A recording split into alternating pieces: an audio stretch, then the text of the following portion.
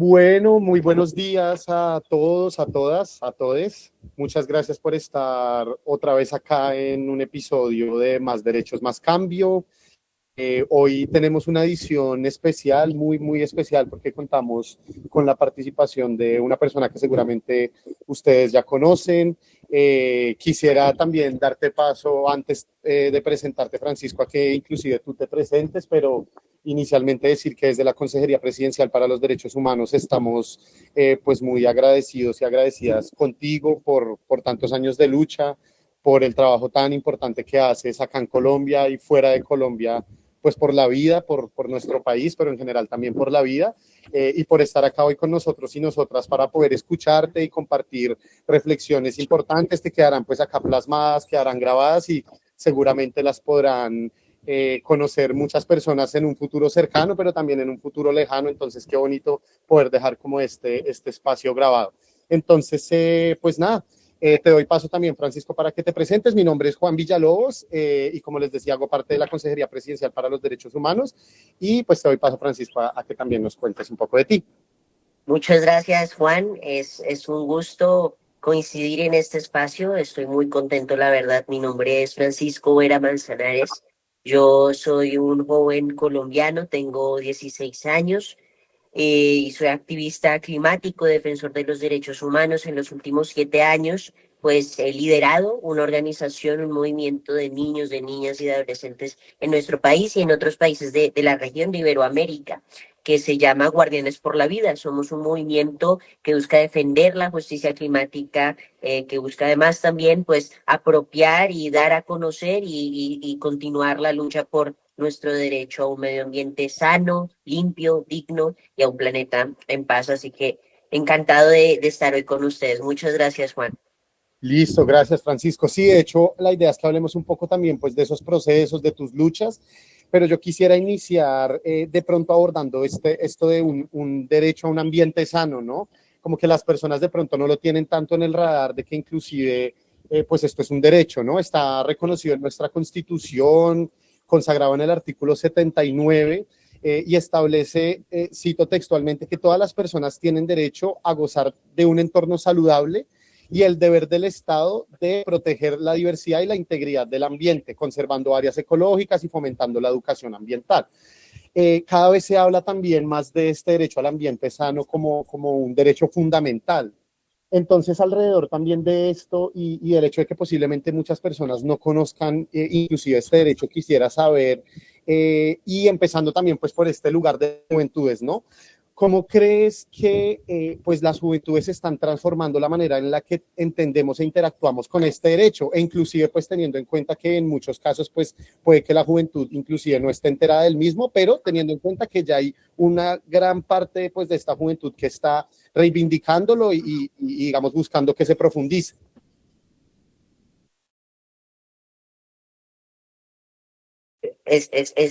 Coincido completamente con lo que dices, Juan, la verdad. Creo que este es el primer paso es el primer eslabón de una cadena pues mucho más larga, que es el reconocimiento de los derechos, ¿no? Pero poco a poco también avanzamos hacia su garantía, hacia su cumplimiento, Yes. ¿no? Yo, de jóvenes que defienden los derechos humanos, la verdad destacaría hable sobre todo en torno a la justicia internacional. Por ejemplo, el año pasado, en julio del 2025, fue presentada la primera opinión consultiva, que es un mecanismo que tienen las Cortes Internacionales, en la que los jueces expresan su opinión sobre la responsabilidad, la relación de los estados con ciertos temas, ¿no? Y fue la primera opinión consultiva de la historia de la Corte Internacional de Justicia sobre clima y derechos humanos, precisamente. El caso, de hecho, fue liderado por jóvenes, fue presentado por jóvenes, por 24 jóvenes del Pacífico, de la Universidad del Sur del Pacífico, de varias de aquellas islas que están básicamente con el agua literalmente hasta el cuello. Yo estuve allí en La Haya recibiendo, de hecho, ese dictamen de la Corte, pero no solamente a nivel internacional, a nivel regional tenemos casos como la Corte Interamericana de Derechos Humanos, en donde no solamente la juventud, sino que la niñez también ha hecho llegar su voz y se ha manifestado. Nosotros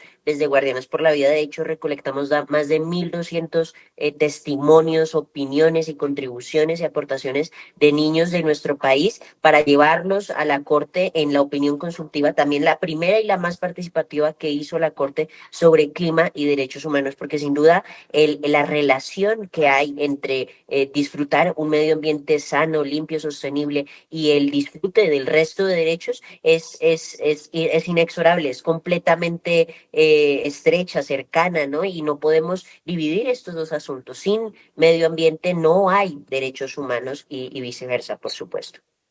De acuerdo, sí, eso era justamente una de las cosas que te quería preguntar y es en qué lugar se encuentran, se intersecta la defensa del ambiente y de los procesos naturales de la vida en sí misma con la experiencia de los derechos humanos, con la disputa de los derechos humanos, porque a veces las personas piensan que cuando se habla del ambiente se está tocando un tema de pronto técnico, científico, digamos como que las personas lo pueden sentir un poco como aislado de algo que pueda ser inclusive apropiado de una manera muy sencilla. Entonces te quería preguntar así de pronto, muy brevemente, que nos pudieras dar unas pinceladas alrededor de eso. ¿Dónde se encuentra el derecho al ambiente sano y los derechos humanos en su complejidad? Totalmente, pues en realidad se encuentran en cada momento. Es verdad, coincido también en que muchas veces parece un tema técnico, lejano, abstracto, e incluso también hay otra perspectiva y es que parece un tema más bien light, ligero, ¿no? Digamos como muy superficial, que realmente no aborda los problemas reales de la gente, ¿no? Porque uno se puede ponerse a pensar entre que la gente tenga pan, entre que la gente pueda tener un hospital, entre que la gente pueda disfrutar de la educación pública, gratuita, de calidad, y entre cuidar un árbol, cuidar un ecosistema, cuidar un río. ¿Cuál es la relación? Esto no tiene nada que ver y es lo que piensa mucha gente. Mucha gente piensa que el desarrollo y la garantía de los derechos sociales, culturales, económicos, no tiene nada que ver con el medio ambiente, pero en absoluto, tiene todo que ver precisamente, porque es básicamente la base de la vida para empezar. Como seres humanos pertenecemos a la naturaleza y no somos un elemento aislado o superior a ella, más bien somos parte de ella. En Colombia, por supuesto, nuestros pueblos indígenas nos lo enseñan. Yo tengo bastantes amigos del pueblo Nasa que justamente defienden los derechos de su territorio, los derechos de las comunidades indígenas, defendiendo también el medio ambiente, que la vida humana depende de la naturaleza y por ende sin naturaleza pues simplemente no hay nada más. Pero además también tenemos la otra perspectiva y es que cuando no cuidamos la naturaleza, cuando superamos los límites de la misma, llevamos al planeta a una crisis ecológica y esa crisis ecológica también lo que está haciendo es que esos derechos fundamentales se vulneren. Lo vimos hace poco en Córdoba, en el Cesar, con esas inundaciones tan graves, ¿no? Que justamente lo que hacen es desplazar a las personas, violar sus derechos, quitarle el acceso a servicios sociales críticos y básicos para su desarrollo. Claro, de acuerdo. Justamente esa era una de las cosas sobre la que quería que profundizáramos un poco, porque te hemos escuchado hablar mucho de esta perspectiva en la que la vida se presenta como un todo que está conectado, ¿no? Y de hecho ese es en gran medida el enfoque que tratamos de profundizar, ¿no? Entonces las personas, los ecosistemas, los territorios, las comunidades, inclusive lo que está por fuera de este espacio que habitamos y conocemos como el planeta Tierra, ¿no? Esa armonía perfecta. Pero entonces, teniendo en cuenta ese elemento, ¿cómo podríamos nosotros construir o podríamos pensar en construir una relación más armónica como sociedad con la naturaleza, con estos ecosistemas, con esta armonía, teniendo en cuenta que vivimos un contexto de profundización del modelo capitalista que justamente pues va en detrimento de estos elementos, ¿no? Que concibe la relación de la forma en la que tú lo planteabas ahora, ¿no? Entonces nos imponemos ante el espacio que habitamos, más no entramos en armonía con el mismo, entendiendo sus procesos, sus lógicas y adhiriéndonos a estas sin buscar pues irrumpirlas. Entonces te quería preguntar también un poco de eso, sé que es una pregunta también que puede ser obviamente pues muy compleja porque a veces nos sobrepasa, pero hay algunos elementos que seguramente tú nos puedes compartir acá al respecto. Claro que sí, Juan. Pues la verdad yo creo que para poder armonizar nuestra relación con la vida, no solamente con la naturaleza, sino más bien ampliamente con la vida, necesitamos justamente esa perspectiva de derechos humanos. Porque esto no solamente se trata, digamos, de abrazar árboles o de tener cepillos de bambú o de reciclar, De que son acuerdo. gestos y acciones valiosas. Esto es una cuestión de justicia y de hacer las paces con la vida, precisamente.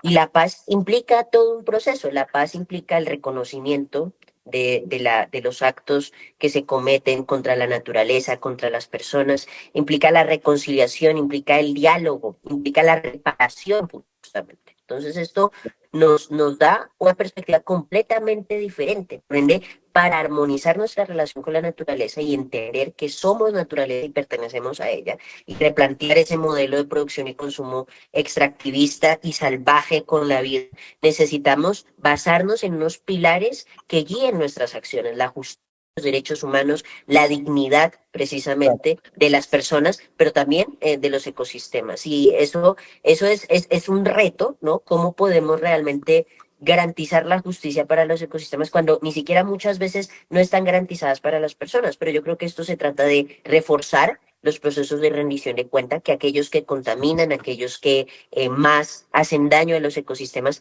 paguen, rindan cuentas y vayan a asumir sus responsabilidades simplemente, ¿no? Y que justamente las poblaciones, las comunidades, las personas que son afectadas sean reparadas, sean tenidas en cuenta. Yo creo que simplemente esto se trata de reforzar a esos principios que, digamos, han intentado guiar durante mucho tiempo a la humanidad. Yo creo que defender el clima es defender la democracia, por ejemplo, De acuerdo. para que justamente ese sistema que está llegando a su etapa, una de sus etapas más salvajes, pero más salvajes, tenga éxito y sea impune, necesita que no haya democracia, que no haya Estado de Derecho, que no haya rendición de cuentas. Por eso necesitamos, pues, balancear la pesa básicamente y hacer que aquellos con más poder, pues, rindan cuentas, justamente. Sí, es como, por así decirlo, una incompatibilidad entre este modelo económico y la vida en sí misma, ¿no? O al menos Sí, así es. de este enfoque que busca pues darle vuelco a la situación que estamos viviendo y volver a poner sobre la mesa lo que tú mencionas, ¿no? La democracia, los derechos humanos y entender justamente los derechos humanos y la democracia como un todo, ¿no? En armonía con los procesos y los espacios que habitamos.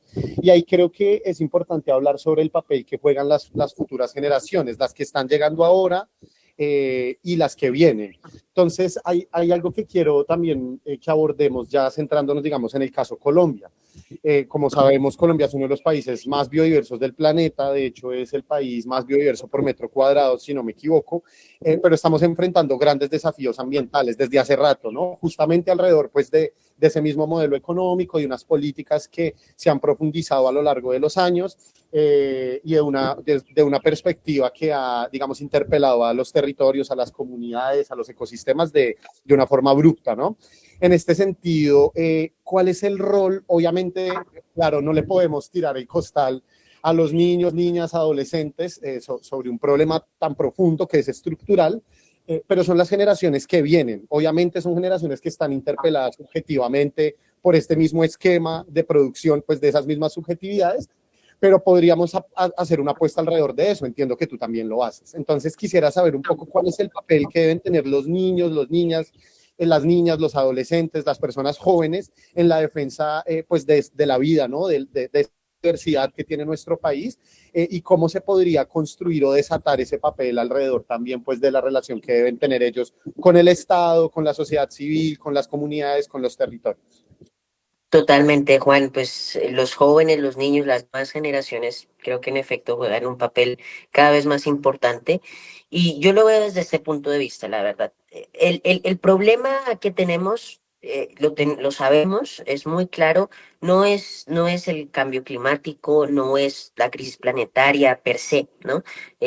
Por sí mismo el cambio climático no es un problema, es más bien el síntoma de un problema, ¿no? Ese problema también lo tenemos claro cuál es. Es un sistema de producción y consumo, pues que sencillamente en la premisa teórica de que sustenta ese sistema se basa en el crecimiento infinito en un planeta en donde hay recursos finitos y en la explotación pues, de las personas, de los cuerpos y de los territorios. Pero ese ni siquiera es el problema, podríamos ir aún más allá, porque para que la revolución industrial ocurriera, tuvo que haber otra revolución antes, una revolución industrial, no, perdón, una revolución intelectual que pasó de poner en el centro, en aquella época medieval, a la iglesia, al poder de la iglesia y al poder teocéntrico, básicamente, ¿no? Que sumía al mundo en las penurias, en la oscuridad, en la ignorancia, a poner al ser humano, al conocimiento en el centro, ¿no? Ese movimiento fue el que pone hoy, el que se llama antropocentrismo y el que pone hoy en el centro a la vida humana. El antropocentrismo es justamente lo que legitima, ya luego en el siglo XIX, que podamos explotar la naturaleza, porque somos más que esas otras formas de vida, porque somos superiores y las dominamos.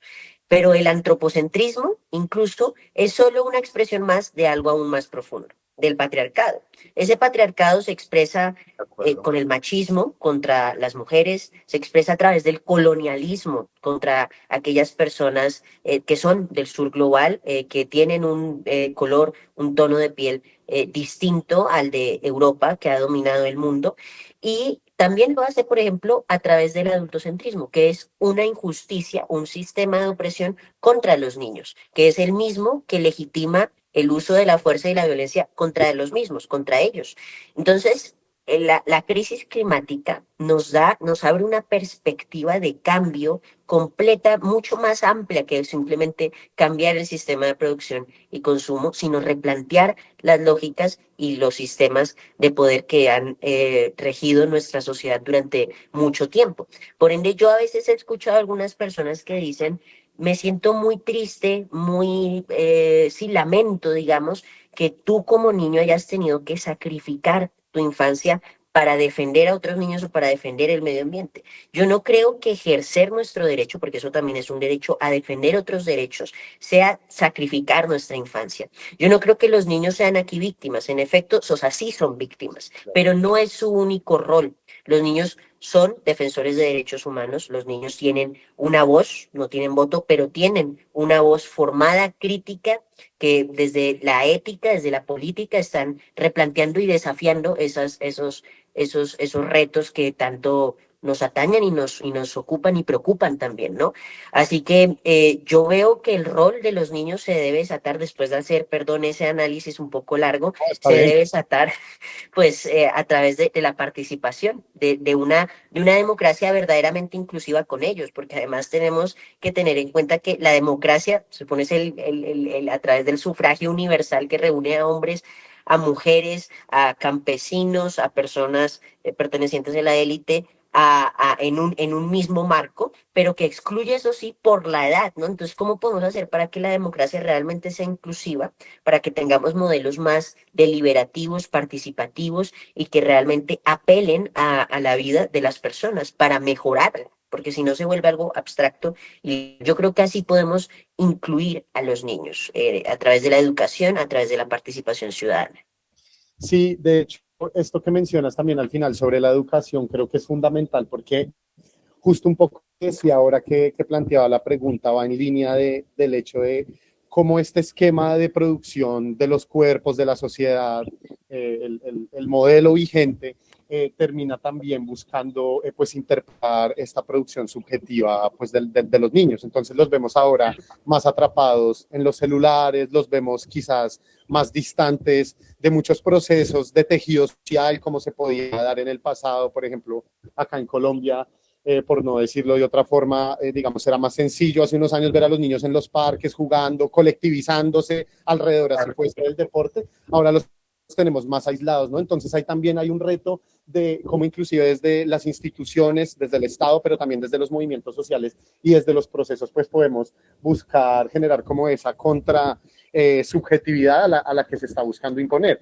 Y quisiera que lleváramos también un poco esta discusión alrededor pues de eso que mencionabas también, que son los liderazgos ambientales, ¿no? Como tú inclusive siendo muy niño te has terminado forjando como un líder ambiental, un defensor de humanos, un activista por la vida, no sé si digamos lo haya dicho de la manera correcta, pero también es un poco la forma en la que he percibido tu lucha, y como seguramente hay muchos otros liderazgos que están por allí, que aún no los hemos percibido, pero que están allá en el campo, que se encuentran en los barrios, en las ciudades, que quizás aún tampoco hayan tenido la oportunidad de tener ese impacto tan profundo como se debería. Pero también teniendo en cuenta algo, compañero Francisco, y es que muchos también de estos liderazgos, ya hablando en el caso de las personas mayores o inclusive en tu caso, han vivido ataques, estigmatización, campañas de desinformación, inclusive sabemos que Colombia es el país en donde más asesinan líderes ambientales, aproximadamente el 40%, si no me equivoco, el segundo es México, estamos súper lejos de México. Entonces, ahí quiero que conectemos un poco lo que hablábamos ahora, porque también se intenta dar una apuesta por interpelar estas subjetividades de los niños, porque se puedan colar, organizar, porque puedan profundizar también, digamos, esta disputa por la vida, pero también existe como este antagonismo, ¿no?, de la vida, que es como lo que responde pues a ese mismo proceso que buscamos cambiar, desestructurar. Entonces, ¿de qué forma también estas dinámicas terminan afectando a quienes defienden el ambiente, a los procesos, a los territorios, a los niños, a las comunidades? Quisiera que abordáramos un poco también ese tema, compañero.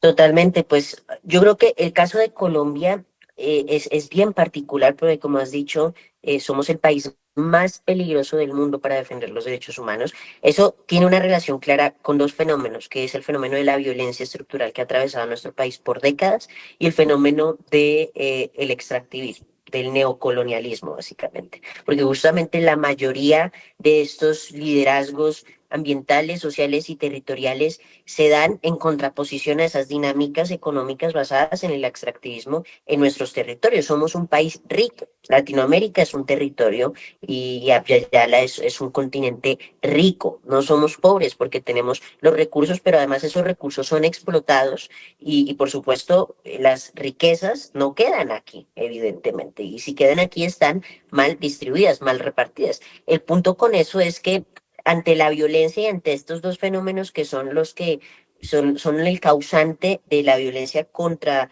los defensores de derechos humanos, yo creo que hay dos respuestas que se pueden dar normalmente desde la sociedad civil. Una, por supuesto, es replegarse, ¿sí? Y yo creo que es una respuesta completamente válida porque obviamente somos seres humanos, el miedo es una emoción natural. Muchos hemos tenido que salir al exilio en lo que es completamente una tragedia para precisamente proteger nuestra integridad física, nuestra integridad moral y psicológica sigue siendo impactada y afectada, pero seguimos en pie de lucha. Otra respuesta yo diría que es justamente reforzarse, digamos. Eh, sí, digamos, establecer mayor fuerza en nuestras luchas, digamos. Es que no me gusta utilizar el término de entrincherarse, no sé si se dice, pero digamos, y perdónenme, reforzar nuestra convicción y nuestra determinación por aquello que creemos. Y yo creo que es el caso de Colombia, porque a pesar de toda esa violencia contra los defensores, los liderazgos del medio ambiente, aún así el tejido social en el territorio sigue siendo muy fuerte. O sea, si uno lo compara, yo he tenido amigos que han podido, digamos, visualizar y vivir ambas realidades, la de las organizaciones y el movimiento social en un país como Colombia y luego en realidades completamente distantes que o bien no son tan, el pueblo, la gente no es tan organizada y no es tan, digamos, avispada, que yo creo que somos berracos, somos avispados como colombianos, porque, o sea, quiero decir, nos organizamos, nos mantenemos, perduramos en la lucha, o bien también están en sistemas completamente represivos, en dictaduras que ya directamente son terribles y no dan lugar a ningún tipo de libertad, ni de asociación, ni de reunión, ni de expresión, ni de prensa. Entonces, yo creo que en Colombia el movimiento social, la sociedad civil, ha sabido continuar existiendo a pesar de la violencia, justamente.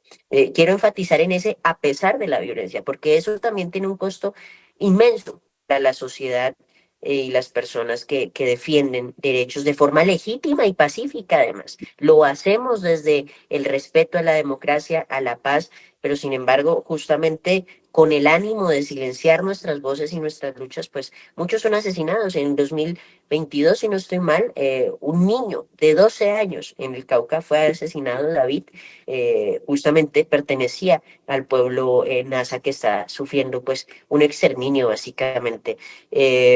Tenemos casos de decenas de defensores ya también mayores de edad, pero quería enfatizar en el caso de los niños porque además el Claro. problema con los niños es que no son reconocidos como tal, no son reconocidos como defensores de derechos humanos y eso crea un vacío legal en los protocolos de protección, en el acceso a la justicia que es revictimizante, en las instituciones que son intimidantes y que desconocen completamente el respeto a la dignidad humana, básicamente.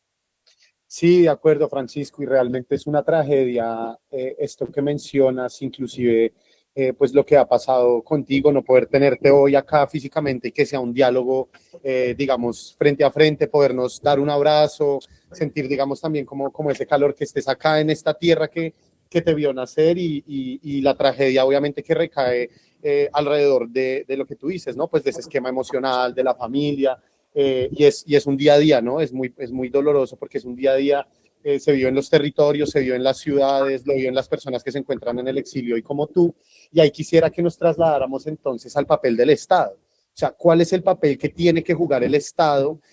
También creo que tienes una experiencia significativa para que lo puedas mencionar acá. Este también es un espacio para ello, es un espacio crítico. Entonces, quisiera que también nos dijeras cuál es el rol que debe tener el Estado, que deben tener las instituciones en torno a este tipo de casos, en torno a la violencia que se ejerce contra los liderazgos sociales, contra los liderazgos ambientales, y en vista de que pues es el Estado quien debe también ser garante, ¿no? Completamente de acuerdo, la verdad. Yo creo que el rol que tiene que jugar el Estado colombiano es de ser Estado serio, sencillamente.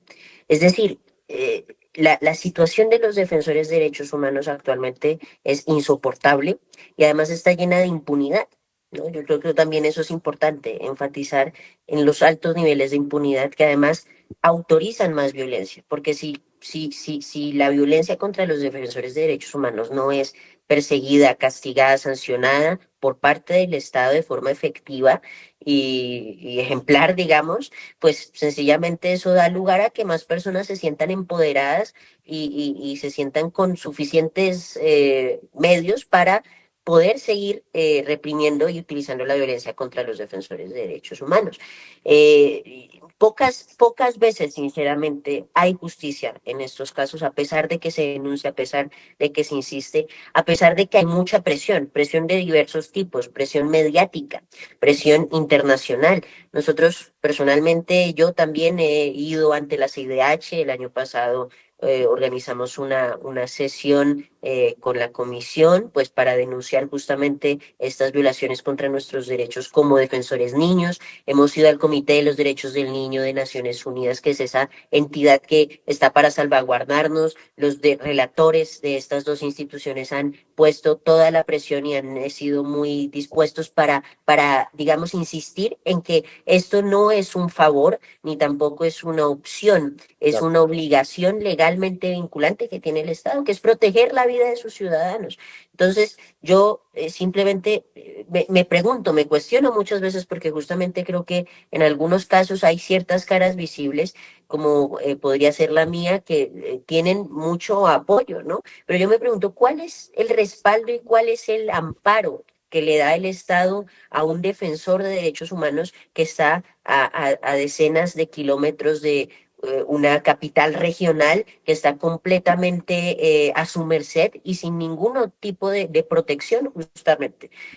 Ahí simplemente creo que no se trata ni de suerte ni de privilegio, sino más bien de que hay muchas veces indiferencia, negligencia, e incluso podríamos llegar a calificar por la omisión de responsabilidad como complicidad.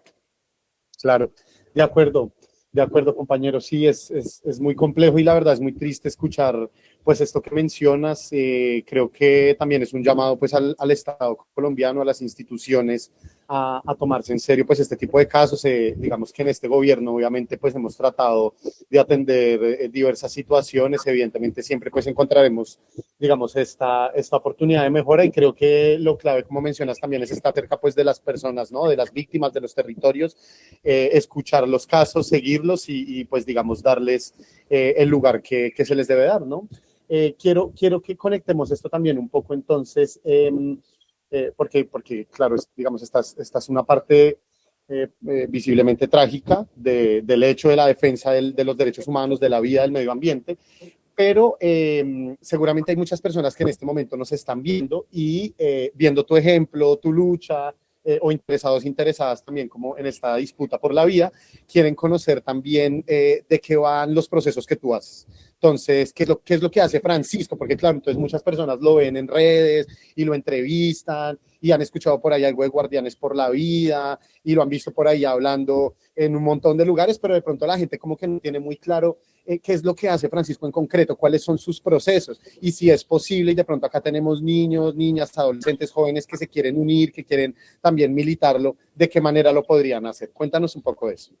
Muchas gracias, Juan, la verdad, encantado de poder contar un poco lo que hacemos desde Guardianes por la Vida. Guardianes por la Vida es un movimiento que, como lo decía, este año, de hecho, en marzo, o sea, este mes, cumplimos ya 7 años, llevamos 7 años que me siento muy contento, muy orgulloso, la verdad, naturalmente, de haber dedicado todo este tiempo a poder generar e impulsar todos estos procesos de base en el territorio. Básicamente, nosotros tenemos una red de escuelas, por ejemplo, en unos 12 departamentos del país, repartidos por norte, sur del país. Son instituciones educativas públicas, privadas. También si hay docentes, de hecho, viendo esto, ustedes están, o estudiantes, están cordialmente invitados a formar parte de la red. En la red lo que hacemos básicamente es, por una parte, impulsamos procesos de formación, de capacitación de los niños en cuanto a derechos humanos, clima, ciudadanía. Digamos, tenemos ahí tres pilares principales que son, de hecho, los que acabo de mencionar: ciudadanía,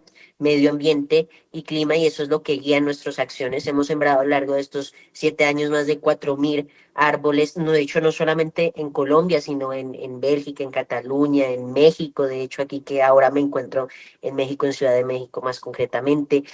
Lo que hacemos es simplemente impulsar estos procesos de educación ambiental. Hemos hecho también, por ejemplo, iniciativas de seguridad, de soberanía alimentaria, muy bonitas, en donde los niños han cultivado sus propios alimentos a través de un proceso que se llama Huertas de la Ecoesperanza, en unos 4 colegios en Boyacá, por ejemplo, en el Cesar también, en Bogotá precisamente, en Nariño también. O sea, es realmente también una gran fortuna poder ver todas esas realidades tan diferentes, ¿no? De todo el país, y cómo podemos hacer frente de manera local a esos retos. Pero mientras hemos hecho simultáneamente todo ese proceso mantenido y sostenido en el tiempo, en el territorio, también creo que algo que me gustaría destacar es ese proceso también de incidencia política, de abogacía, que también es muy valioso, porque mucha gente piensa que lo que más vale es lo físico, lo presencial, que creo que es en efecto lo que más vale, porque es poner el cuerpo, la cara ahí en el territorio, pero también es fundamental cambiar las políticas, porque esto sin duda es inevitablemente político. ¿Y cómo lo hemos hecho? Pues lo hemos hecho a nivel nacional. Hemos abogado, antes lo mencionaba, por el tema de los plásticos de un solo uso. En el 2000, en el 2022 recogimos más de 50.000 firmas para poner presión en el Congreso y que se aprobara esa ley. Eso fue todo un proceso que, de hecho, inició mucho antes de que nosotros estuviéramos. Es que somos niños, somos jóvenes, pero que dio sus buenos frutos. Hemos abogado por la ratificación del Acuerdo de Escazú, que hoy en Colombia está ratificado precisamente. Ahora hay que trabajar en su implementación. Hemos también trabajado por el tema de la prohibición de los plásticos, perdón, de los plásticos no, sino del testeo animal, también de las corridas de toros, y por la protección animal y de la biodiversidad en general. Y a nivel internacional, algo que me gustaría destacar es justamente el componente de derechos de los niños en las negociaciones internacionales sobre clima. Y eso me parece fundamental. Hemos estado apoyando constantemente en diversas instancias, en las COP, en las últimas 5 COP, con el Papa Francisco, con el Secretario General de Naciones Unidas, lo que se llama una COP para los niños, una COP, un espacio de toma de decisión que considere y respete las voces de los niños. Qué bueno, Francisco, de verdad que, digamos, en este contexto, porque veníamos también a hablar de un poco pues, de la violencia y demás, y el contexto en general tan difícil de profundización de un modelo, pero escuchar todas estas apuestas que se están dando, todo esto que estás tejiendo. No sé si quisieras también de pronto decirnos cómo pueden las personas encontrarlos en las redes sociales, en Instagram, en YouTube, dónde aparecen, de qué forma, para que puedan seguirles, puedan vincularse, escribirles y articularse a estos procesos. Muchas gracias, Juan. Claro que sí, pues nos pueden buscar en Instagram, por ejemplo, como Guardianes por la Vida, nuestra página web, por supuesto, también franciscoactivista.com, Guardianes por la Vida. .com, y allí podrán encontrar toda la información en Facebook. Igualmente, las mías también son Francisco Activista y Francisco Activista Oficial en Facebook. Allá estaremos muy atentos si quieren participar y justamente intentar hacer eso, un cambio, una transformación, que es lo que humildemente tratamos de hacer desde nuestro lugar. Humildemente, pero con una capacidad tremenda, compañero. El Muchas espacio lo gracias, Juan. vamos cerrando y yo quisiera que antes de que lo cerráramos, Francisco, en vista de que esto va a quedar guardado pues en la cuenta de YouTube de la consejería, digamos, va a quedar como archivo y posiblemente lo vean en muchos años, yo qué sé, quizás en 20 años alguien quiere hacer una tesis sobre la historia de Francisco y va a ver este video. Quisiera que le dejaras un mensaje a las personas para el hoy, que ya lo has venido haciendo, lo haces en el día a día con tu lucha. Creo que el mensaje puede ser muy claro, pero quisiera que dejaras un mensaje muy puntual para el hoy, pero también quisiera que dejaras un mensaje muy puntual para el futuro lejano, para las personas que posiblemente nos vean en muchos años y que posiblemente puedan estar recogiendo los frutos también de todas estas luchas. Pues es muy bonito, ¿no? Pensar eso como en el futuro, la verdad. Y ahí tú dijiste un número en 20 años. Uy, es complicado, la verdad, ¿no? Imaginarse cómo estará el mundo y cómo estará nuestro país en 20 años, pero para aquella persona que esté en 20 años o en 5 años, no importa cuándo, pues yo creo que el mensaje es que continúen adelante, que perseveremos, ¿no? En efecto, hablaste de recoger frutos, ¿no? No sé si podamos recoger frutos en 20 años, ojalá que sí, pero lo importante es que incluso cuando ya haya frutos, hay que encargarse de seguir esparciendo semillas de esos frutos, de disfrutarlos, pero de seguir sembrando, ¿no? Yo creo que esa es una metáfora bastante bonita, porque además nos acerca a los árboles, a la naturaleza, ¿no? Que es lo que nos hace falta, pero simplemente el mensaje pues es ese, ¿no? De coesperanza. Ese es el concepto que he construido y desarrollado en los últimos años.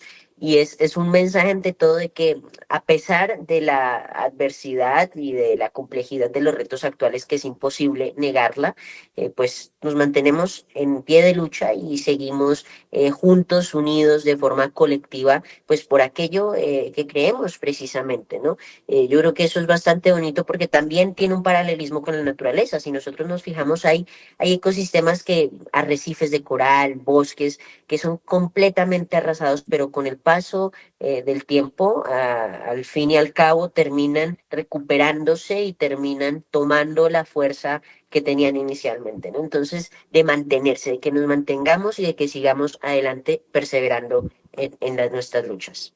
Muchas gracias, Juan. De acuerdo, Francisco, no, muchas gracias de parte mía, de parte pues también de la consejera, de la consejería en general. Y esto creo que lo digo también con toda certeza de parte pues de estos procesos de vida tan bonitos que hay en nuestro país. Gracias, gracias por lo que haces de verdad, porque nos Muchas llenas de gracias. esperanza, nos llenas de motivos y también orientas, ¿no? Porque eres una persona que orienta, que lidera, que da esa luz y eso me parece muy bonito porque seguramente estos pasos que hoy estás recorriendo los van a seguir otras personas, así como dice la academia, ¿no? Sobre hombros de gigantes, de a poquitos también nos vamos convirtiendo en gigantes y creo que en este caso es algo que ha pasado contigo. Entonces sí te lo digo desde el fondo del corazón, lo he hecho presencialmente, pero no me cansaré de decirlo. Gracias. Espero Muchas que gracias. pronto, las condiciones estén dadas y que se cumpla lo que se tiene que cumplir. Estés acá, en este lugar que también es tu lugar, en tus páramos, en tus frailejones, en tus ríos, porque también son tuyos.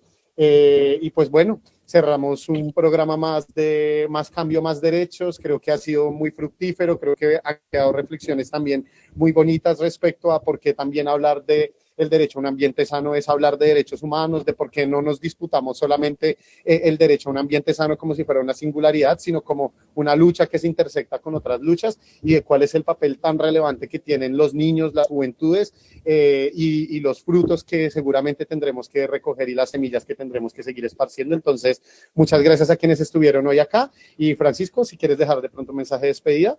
No, muchas gracias, Juan. Un muy fuerte abrazo, la verdad. Así es, así, ¿no? A la japonesa.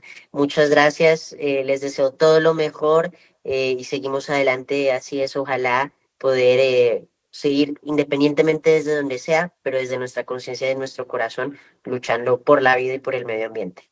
Gracias. Perfecto, gracias a ti.